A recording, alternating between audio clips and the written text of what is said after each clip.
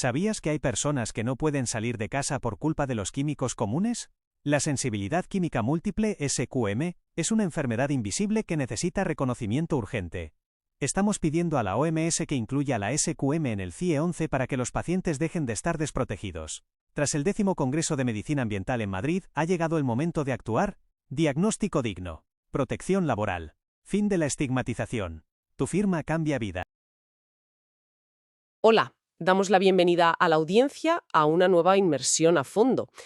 Hoy tenemos sobre la mesa un tema que obliga a replantear por completo la forma en la que la sociedad interactúa con algo tan, digamos, cotidiano como el aire de los espacios cerrados. Bueno, el aire y también los productos de consumo masivo que usamos todos los días. Exacto, sí. El objetivo de esta sesión es analizar una documentación que es profundamente reveladora y que busca actualizar, o más bien corregir, el mayor diccionario médico a nivel global. Una tarea nada fácil, desde luego. Para nada, y para ello nos basamos en unas fuentes de gran calado técnico, principalmente una declaración pública y una petición que está impulsada por la llamada Coalición C. Que, por dar un poco de contexto a quienes nos escuchan, es un documento que se lanzó coincidiendo con el 10º Congreso Internacional de Medicina Ambiental. Eso es, el que se celebró en Madrid en marzo de 2026. Es un texto que viene respaldado por un bloque internacional enorme de investigadores, de profesionales clínicos y también asociaciones de pacientes.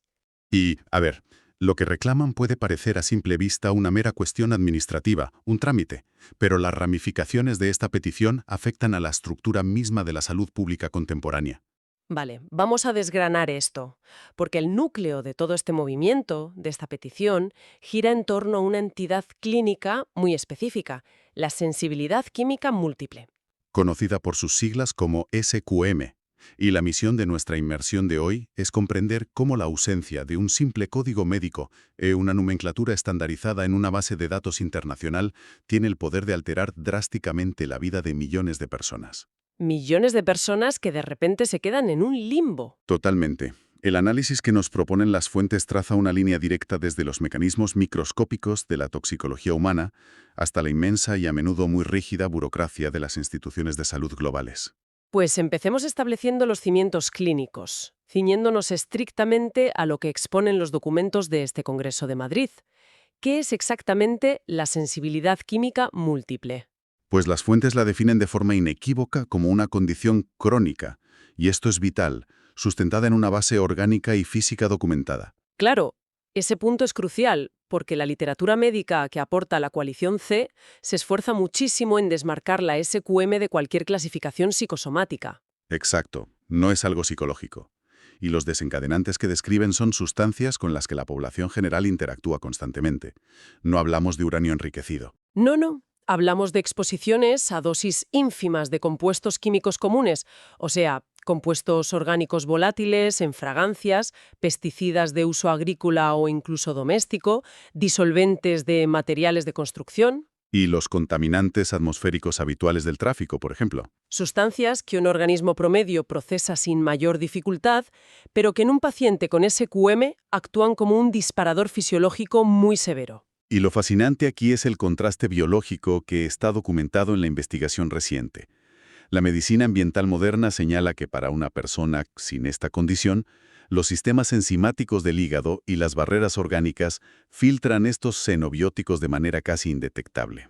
Pasan desapercibidos, digamos. Eso es. Sin embargo, en un individuo con sensibilidad química múltiple, esa misma exposición ambiental de bajo nivel desencadena lo que el documento define rigurosamente como síntomas multisistémicos reproducibles. Y hay que recalcar a la audiencia la importancia de esa palabra, reproducibles. Fundamental. La literatura científica aportada rechaza de plano la idea de una sintomatología aleatoria o que fluctúe por pura sugestión. Es una reacción fisiológica empírica. Ante la presencia del químico, el cuerpo reacciona. Constantemente. Se produce una respuesta orgánica medible que afecta a múltiples sistemas corporales a la vez. Aquí es donde la cosa se pone realmente interesante, porque los textos que estamos analizando desmienten frontalmente los mitos predominantes, usando datos de laboratorio. No describen una simple molestia por un olor fuerte o un dolor de cabeza pasajero. No, detallan alteraciones reales en los sistemas más críticos del cuerpo humano. Los investigadores apuntan a disfunciones específicas en las vías de detoxificación del hígado. Como las alteraciones en los citocromos P450, ¿verdad? Exacto, lo que significa que el organismo carece de la capacidad enzimática adecuada para metabolizar y excretar estas toxinas cotidianas a la velocidad necesaria. O sea, el cuerpo no puede limpiar esos químicos. Y esa ineficiencia metabólica es solo la punta del iceberg. Los estudios clínicos que avalan la declaración documentan una tríada de afectación muy severa: neurológica, inmunológica y endocrina. Madre mía, los 3 sistemas clave. Ante la incapacidad de procesar estos químicos se generan cascadas de estrés oxidativo. Las fuentes detallan mecanismos de hipersensibilización central y periférica. A nivel periférico hay una alteración en los receptores olfativos y las vías respiratorias superiores. Que al detectar estímulos mínimos envían una señal de alarma al cerebro. Señales completamente amplificadas al sistema nervioso central. Esto induce una respuesta neurogénica inflamatoria crónica. El cerebro interpreta una amenaza tóxica masiva, desencadenando respuestas inmunológicas y desregulaciones hormonales que, literalmente, incapacitan al paciente. Fíjate, ese nivel de detalle fisiológico plantea interrogantes sobre cómo se clasifica esta enfermedad frente a otras dolencias crónicas, porque el documento establece paralelismos clínicos explícitos con la fibromialgia y la encefalomielitis miálgicas. Sí, lo que antes se conocía más comúnmente como síndrome de fatiga crónica. Señalan que existen solapamientos fisiopatológicos evidentes. Pero, si los síntomas y la inflamación son tan similares, ¿cómo argumentan los investigadores que la SQM requiere su propia categoría independiente? ¿Por qué no tratarla como un subtipo de la fibromialgia? La diferenciación que hacen las fuentes radica en el mecanismo de activación y la etiología específica. Mientras que la encefalomielitis miálgica suele tener un inicio posviral y su síntoma cardinal es el malestar postesfuerzo. Y la fibromialgia se centra más en el dolor musculoesquelético generalizado. Exacto, en la alteración del procesamiento del dolor. En cambio, la sensibilidad química múltiple tiene un gatillo estrictamente ambiental y toxicológico. Las reacciones severas son inducidas de manera reproducible por la exposición a xenobióticos a dosis muy por debajo de los límites establecidos para la población general. Claro, es esa relación directa de causa y efecto con el entorno químico. Y es lo que, según los expertos del Congreso, exige que sea una entidad clínica completamente diferenciada. Entendido. Y habiendo consolidado toda esta base científica y biológica tan extensa, creo que ya nos podemos adentrar en el núcleo del conflicto que motiva la petición internacional. El gran escollo burocrático. Porque a pesar de la robustez de la evidencia clínica, de que el volumen de literatura médica no para de crecer y de que países como Alemania, Japón o la propia España ya han dado pasos hacia su reconocimiento nacional, la SQM choca contra un muro monumental. El epicentro de este bloqueo es la Organización Mundial de la Salud, y más concretamente la 11ª revisión de la Clasificación Internacional de Enfermedades. El famoso CIE-11.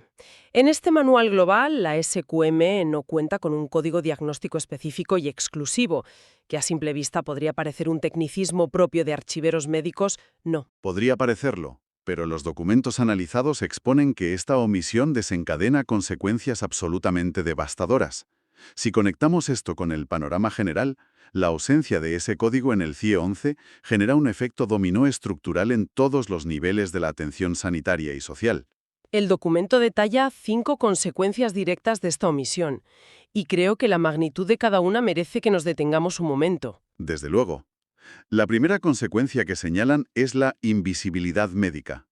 En la arquitectura de los sistemas de salud modernos, que están regidos por la informática y la estandarización, una enfermedad sin código carece de existencia operativa. Literalmente, el ordenador del médico no te deja registrarla. Exacto. Esto imposibilita la creación de protocolos de diagnóstico homogéneos. Los profesionales de atención primaria se encuentran sin directrices clínicas formales. El sistema informático de su ambulatorio no permite plasmar la realidad de su patología. Y esa invisibilidad médica choca de frente con la realidad física de los entornos sanitarios, lo cual nos lleva a la segunda consecuencia, que son las barreras asistenciales. Tiene mucha tela esto, porque las fuentes relatan que la falta de reconocimiento oficial impide que se implementen protocolos de adaptación ambiental en los propios hospitales. Imagina el escenario de un paciente con SQM severa que sufre una apendicitis o tiene un accidente de tráfico y requiere atención urgente. Al llegar al hospital, los desinfectantes industriales de los pasillos, los geles hidroalcohólicos del personal médico o incluso los componentes de los anestésicos convencionales pueden provocarle un shock. O un agravamiento gravísimo de su condición base. Sin un código CIE 11 que avale la necesidad de habitaciones blancas o libres de fragancias, el entorno diseñado para salvar vidas se convierte en una amenaza directa. Es una paradoja de toxicidad hospitalaria brutal. Y esto subraya la urgencia de la petición, lo que nos lleva a la tercera consecuencia, que las asociaciones de pacientes destacan como una de las más destructivas para la autonomía vital: la desprotección legal. Fundamental.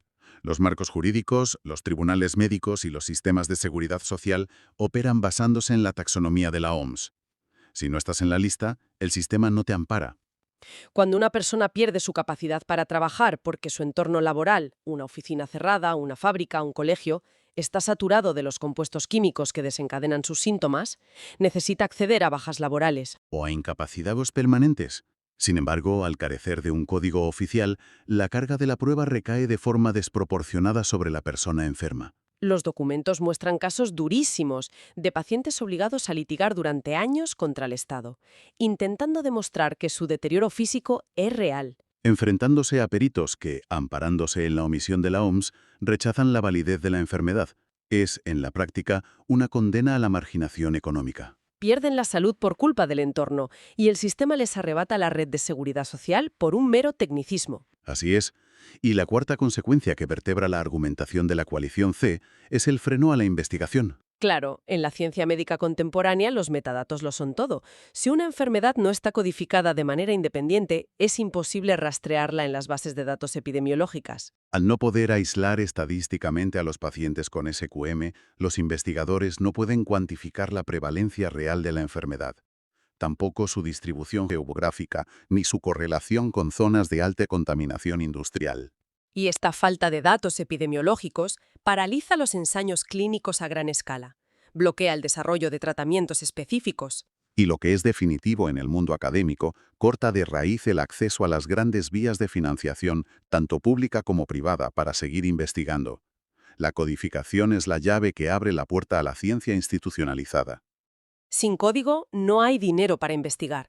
Y finalmente, la quinta consecuencia detallada en la declaración aborda una dimensión profundamente dañina, que es la estigmatización y la psiquiatrización de la enfermedad. Las fuentes denuncian que este vacío taxonómico favorece la tendencia clínica a derivar estos casos hacia la salud mental, etiquetando la condición como un trastorno somatomorfo o una simple fobia química. Se llega a prescribir terapia cognitivo-conductual o exposición gradual para un problema que, como hemos analizado en los datos bioquímicos, es fundamentalmente toxicológico y orgánico.